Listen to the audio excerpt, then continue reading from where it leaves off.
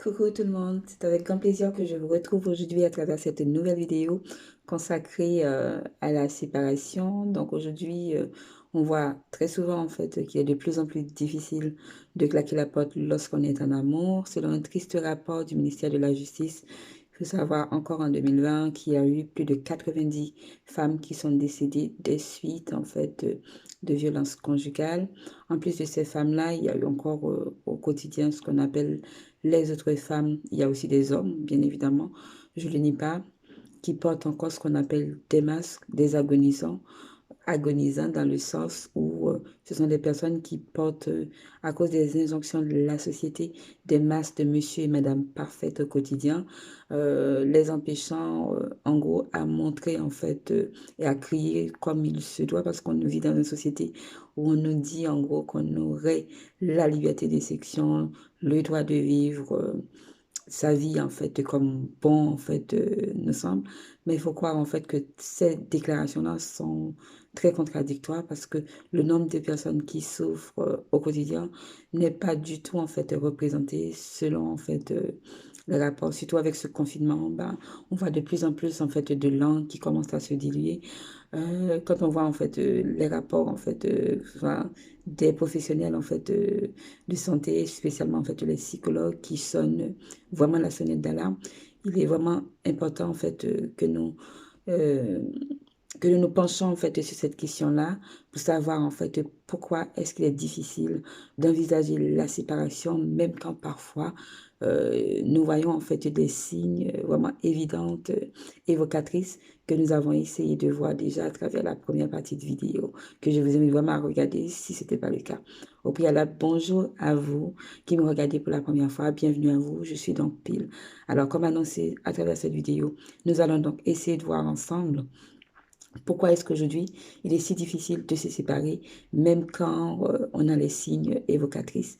Donc, la première raison, en fait, qui pourrait expliquer, en fait, que les gens préfèrent se maintenir en couple plutôt que d'envisager une séparation qui pourrait parfois les libérer de situations, mais vraiment compliqué, c'est le regard que la société porte au couple composé bien évidemment d'hommes et de femmes, parce que faut croire même en 2021, ne serait-ce en fait que par les publicités qui nous assaillent au quotidien, souvent en fait la représentation du couple qui est faite, c'est toujours en fait le couple composé de l'homme et de la femme.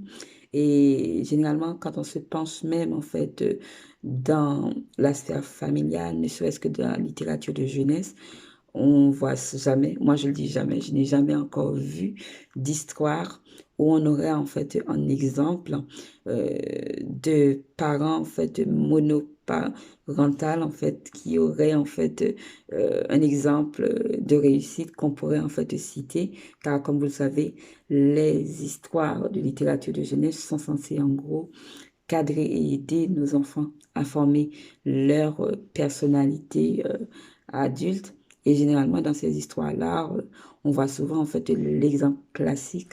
On se croirait toujours voilà, à l'époque du Moyen Âge où la famille s'était composée de ce noyau-là et pas autrement. Or, aujourd'hui, la société évolue. On voit souvent en fait des femmes et des hommes qui élèvent seuls leurs enfants et qui pour autant arrivent quand même à s'en sortir. Et c'est en fait c'est même pas une ignorance, en fait, c'est plutôt en fait un rejet, moi je dis plutôt, de la société-là qui va en gros maintenir certaines situations. Mais cette glorification-là que confère aussi la société n'est pas la seule en fait raison qui va en gros justifier le maintien en couple. Justement, on va voir ces raisons-là. Et ces raisons-là sont souvent en fait découlent plutôt souvent des conséquences post-rupture. Je m'explique par cela. Généralement, ce sont les peurs qui vont découler généralement d'une rupture qui vont en gros justifier le maintien en couple. Généralement, les gens ont peur de subir des conséquences qui vont être liées en gros à la fin du couple. Et parmi ces conséquences-là, parmi ces angoisses-là, on peut citer en fait la solitude. Lorsqu'une relation se termine, ben, généralement l'individu que nous sommes vers en gros une forme de stabilité que nous veulent nous faire quoi la société. C'est vrai, quand on est en couple, on a une certaine stabilité, que ce soit financière, sociale aussi. On n'est pas seul parce que l'être humain est certes un loup solitaire, mais l'être humain a besoin de l'autre pour interagir et aussi pour exister. On existe aussi vis-à-vis aussi du regard des autres. Enfin, c'est ce que veulent nous faire croire en fait notre société. C'est le modèle selon lequel en fait on a été construit.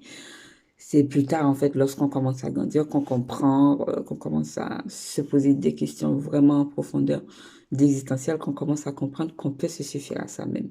Mais généralement, la solitude, cette peur-là de stabilité, la peur, en fait, de perdre, en fait, cette valeur-là, refuge que représente le couple, ben, c'est l'une des premières angoisses, en gros, qui va faire en sorte que les gens vont un peu tilter avant de décider de prendre la décision.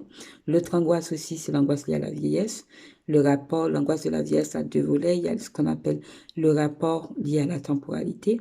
On a une forme, en fait, de checklist de plus en plus dans notre société, c'est-à-dire, à un certain âge, on attend, en fait, qu'on ait accompli un certain nombre de choses, voilà. C'est-à-dire, généralement, après 25 ans, on est censé être inséré, si c'était pas avant, en fait, dans la vie professionnelle. Et tout de suite après, on attend, en fait, l'insertion, comment dire, familiale. C'est-à-dire qu'on soit casé, comme disent, voilà, les Caribéens, ou qu'on soit, en fait, en couple. Et ensuite, pourquoi pas, vers la trentaine, envisager, en fait, le mariage, ou en fait, une union libre, peu importe, mais qu'il y a en fait cette relation-là. Et justement, souvent, en fait, ce rapport-là à la temporalité est aussi doublement vécu par les femmes qui très souvent se retrouvent à devoir en fait subir ce qu'on appelle une pression liée à ce qu'on appelle à cet âge-là, en fait, où on est fatidique, on doit faire attention à notre horloge biologique. On se dit souvent, ben, je suis avec quelqu'un, j'avance dans l'âge, est-ce que c'est vraiment raisonnable à ce moment-là d'espérer mieux parce que je risque aussi de finir. Il y a encore cette rapport-là, en fait, qui est pas très sain. Il y a aussi cette peur-là aussi liée à la vieillesse. Il faut se le dire, généralement, quand on arrive à un certain âge et qu'on se focalise plus, en fait, sur une carrière professionnelle, surtout quand on est une femme, on est souvent en fait assimilé à ce personnage en fait de fiction hein, qu'on voit souvent à la télé, en Tanguy. On a peur en fait soit de finir vieille fille ou vieil homme chez ses parents et d'arriver à la quarantaine, comme on dit, sans enfant, sans attache, quoi. Il n'y a rien de mal là-dedans, mais et je sais que ça peut faire très peur. Il y a aussi le regard des autres. Le regard des autres, la honte aussi, parce que quand on se met en couple, il y a souvent aussi une décision qui va être collective, même si ce sont deux personnes qui se réunissent, mais généralement, souvent aussi quand il y a un mariage, c'est souvent en fait deux familles qui s'unissent aussi. Donc il y a cette peur-là de se dire qu'on a ce qu'on appelle en fait un échec, voilà, qu'on n'a pas réussi à créer ce à quoi on pensait aspirer. C'est comme si en fait il y avait une certaine honte en fait vis-à-vis en fait de ce que pourraient penser les autres.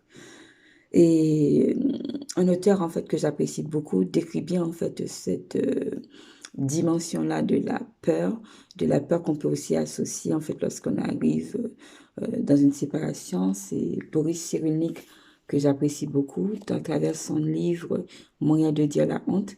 Il explique bien en fait comment le regard de l'autre peut en fait devenir une forme de muselière pour celui en fait qui aimerait dire parfois des choses mais qui n'ose pas les dire ou qui n'ose pas prendre certaines décisions tellement il a peur parfois de ce que pourrait penser l'autre, de ce que pourrait dire l'autre, de sa décision à lui.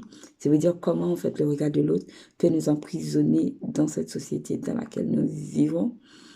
Et donc, c'est un livre que je vous invite vraiment à lire si vous avez vraiment des doutes, si vous n'avez pas encore fait en fait ce petit travail-là qui est vraiment très libérateur sur ce qu'on appelle la résilience, apprendre en fait à vivre que pour soi, mais c'est vraiment très libérateur. Voilà. Alors, pour revenir en fait aux angoisses, on peut aussi parler en fait du manque d'argent. Comme je le disais, quand on est en couple, il y a souvent en fait cette image de stabilité, se retrouver seul. Il y a toujours cette crainte-là de se dire, est-ce que financièrement, je vais réussir à gérer, etc., etc. Parce qu'aujourd'hui encore, dans la société, une personne qui est seule est souvent assimilée comme étant une personne en situation difficile. Je dis pas que c'est pas vrai.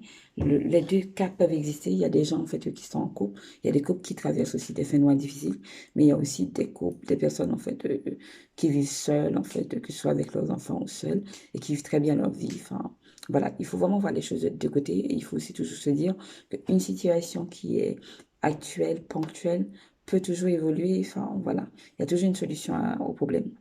Donc, quand il y a des enfants, c'est la peur aussi de ne pas réussir à gérer seul ses enfants, surtout quand on a une activité professionnelle ou pas. Se dire en fait aussi, est-ce que c'est vraiment un choix pertinent pour mes enfants? Parce qu'on a toujours en fait dans notre imaginaire cette pensée-là à croire en fait en gros que maintenir en fait une situation de conflit, même quand le couple ça va pas du tout, c'est toujours en fait les casseroles et que voilà, il n'y a jamais en fait de paix, que c'est quand même mieux pour les enfants de grandir dans un foyer uni que de les séparer. Mais sauf que ce que nous ignorons, c'est que nos enfants sont comme en fait euh, des éponges,